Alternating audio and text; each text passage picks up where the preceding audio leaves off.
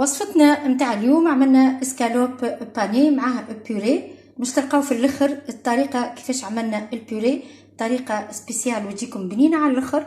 وهذا الاسكالوب عملناه باني ومن بعد زيناه كيما البيتزا. فكره جديده.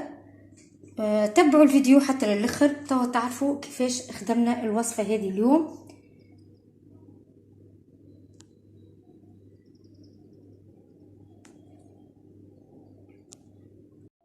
عسلامة، شنو احوالكم؟ ان شاء الله الناس الكل تكون بألف خير. اصدقائي صديقاتي، اليوم باش نعملوا وصفه بنينه برشا، باش نعملوا اسكالوب باني بطريقه مختلفه شويه على الطرق اللي نعرفوها قبل.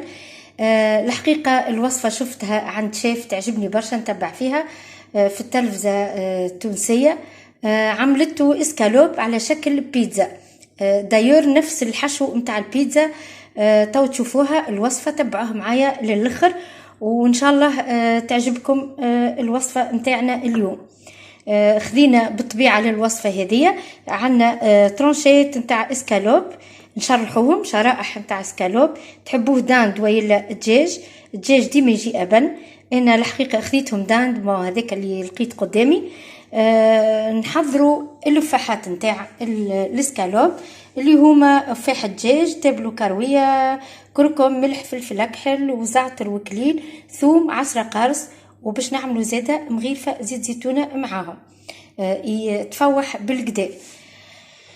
نحتاجوا زوز بيضات على حسب الكميه نتاع الاسكالوب اللي عندنا اليوم.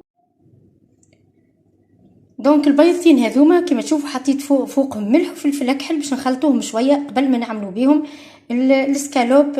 نغطسوا فيهم الاسكالوب. نحتاجوا كميه من الفرينه وكميه من الشابلور. دونك اول خطوه نعملوها قبل ما معناتها هي باش نفوحوا، قبل كل شيء باش نفوحوا الاسكالوب نتاعنا ونحضروه ونحطوه يرتاح في الثلاجه. قد ما تحبوا تنجموا معناتها تريقلوه قبل حتى بساعتين ثلاثه، تفوحوه وتعملوه بالفرينه بالشابلور بالعظم، تحطوه في الفريجيدير يرتاح. ومن بعد تجبدوا تقليوه ونعملوه باللي زانغريديون نتاع البيتزا. عندنا صوص تومات بيتزا مفوحه بالزعتر وامورها واضحه بنينه على الاخر. عندنا جبن اتارتيني، اذا لقيتوا الجبن هذا الطري اللي بالثوم يجي ياسر بنين. وعندنا كميه من الموتزاريلا. دونك كما قلت لكم اول خطوه نعملوها نفوحوا الاسكالوب ونرجلوا له اموره الكل ونحطوه في الفريجيدير يرتاح. دونك نحضروا الخلطه نتاعنا اللي نتاع تفويح الاسكالوب. عندنا لفاحات اللي قلت لكم عليهم، ملح، فلفل اكحل، زعتر وكليل، تابلو كرويه وكركم وثوم. نعصروا عليه عصره القارص، هو ديجا الاسكالوب فوحناه مليح بالقارص. ونزيدوا عليه كميه ما يقارب مغرفه كبيره زيت زيتونه تفوح برشا الاسكالوب. نخلطوا اللفاحات هذوما بالباهي.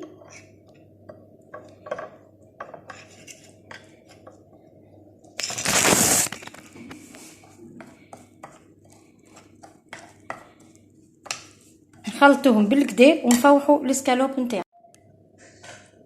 الخلطه نتاع اللفاح نتاعنا مريقله، ناخذوا الترونشيت نتاع الاسكالوب ونفوحوهم بالباهي لين يدخل لهم لفاح بالكدا. الاسكالوب قد ما تغسلوه بالكدا بالخل والقارص وتخليوه منفخ اقل شيء سويعه ولا نص ساعه قبل ما تبداو تحضروا فيه. تخليوه منفخ في الماء والقارص ولا الماء والخل، تتنحى الزفوريه الكل. ومن بعد الخلطه زيت كما شفتوا حطينا فيها برشا شطر عصير ليمونه، زاده تنحينا الزفوريه على الاخر، والزعتر والكليل والثوم الكل يجينا بنه على بنه. نفوحوه بالطريقه هذه لين اللفاح يعم عليه الكل ونخدموه مليح بيدينا باش يدخل اللفاح في الاسكالوب لداخل. هذوما نحطوهم على جنب. توا بعد ما يتفوح نحطوه ديريكت في الفرينه. نوريكم الخطوات. معناتها نحطوه في الفرينه ومن بعد نقرب لكم. دونك ناخذو نقلبو الاسكالوب، نقلبوه في الفرينه. هذه اول خطوه، نحطوه في الفرينه ومن بعد نهزو الاسكالوب نتاعنا ونحطوه في العظم اللي دوبلاش خلطناه، ونفوح بشويه ملح وفلفل اكحل. شفتوها؟ توا نغطسوها في العظم. من بعد من قدامكم الفرينه باش تشوفوا، نغطسوها بالباهي من الجهتين، وبحذنا صحن الشابلور نهزوها ديريكت ونعاودو نغطسوها في الشابلور الترونش نتاعنا نتاع الاسكالوب. هاكا شفتوا كيفاش حاولت نغطسها مليح مليح في العظم، وتوا نحطها على صحن الشابلور ونقلبها في صحن الشابلور.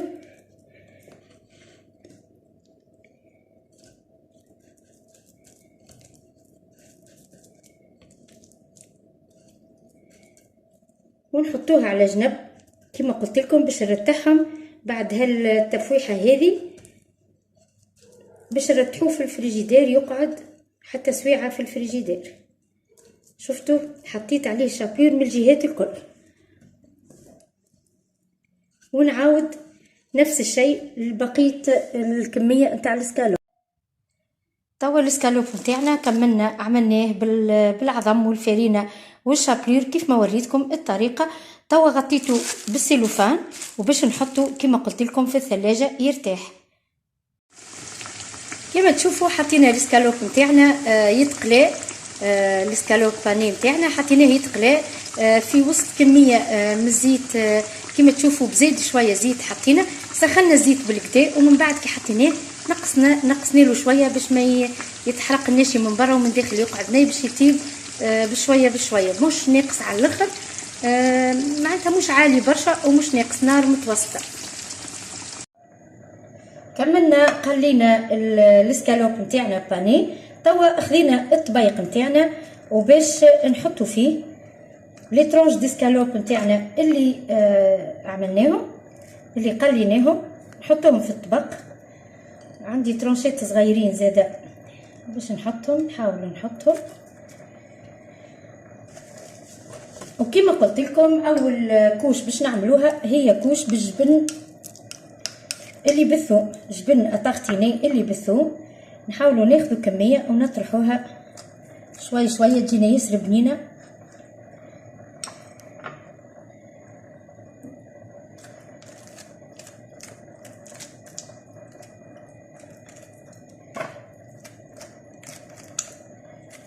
نطرحوا الجبن بالكدا ونرجع لكم بعد ما دهناهم بطبقه جبن. تو باش ناخذوا الصوص بيتزا، صوص تاع طماطم البيتزا، ونحطوا فرشه اخرى من فوق. كما قلت لكم راهي كيما البيتزا، هذه وصفه بنينه برشا ومزيانه تزينوا بها الطاوله في كي يبدا عندكم ضياف، وإلا تفرحوا وليداتكم وعائلتكم، وإلا في سيدي رمضان. هاو جا سيدي رمضان، طاولت راس العام زاده.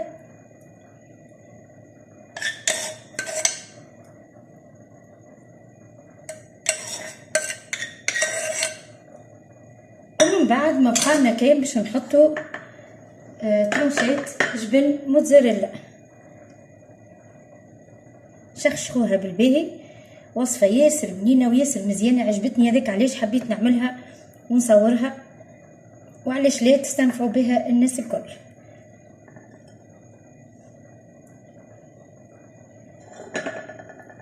وتوا حطيت الفور يسخن على 160 170 درجه، جوست باش نذوبوا هكا الجبن اللي حطيناه من فوق.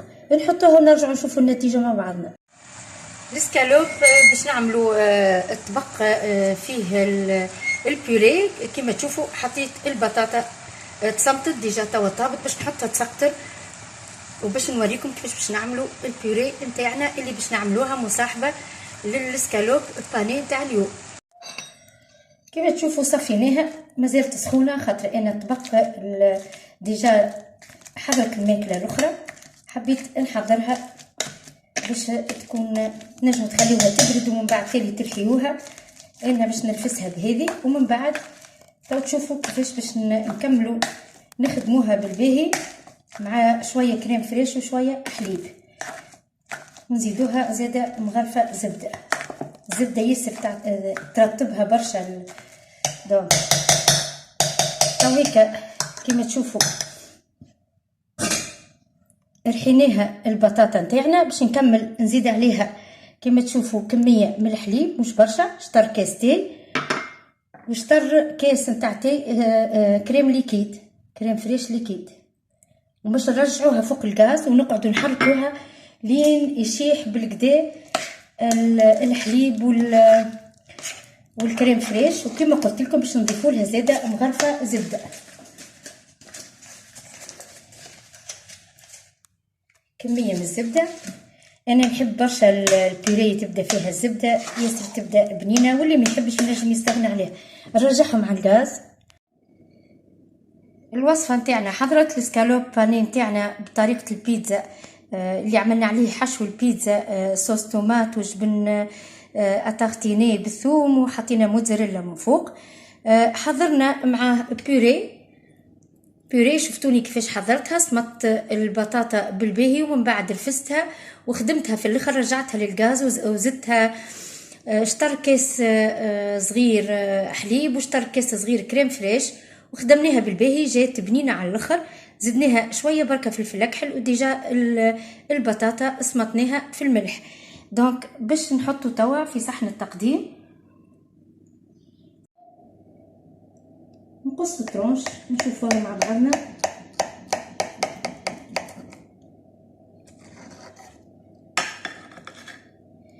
شوفوا كيفاش جاو الطبقات، جاي ياسر مزيان.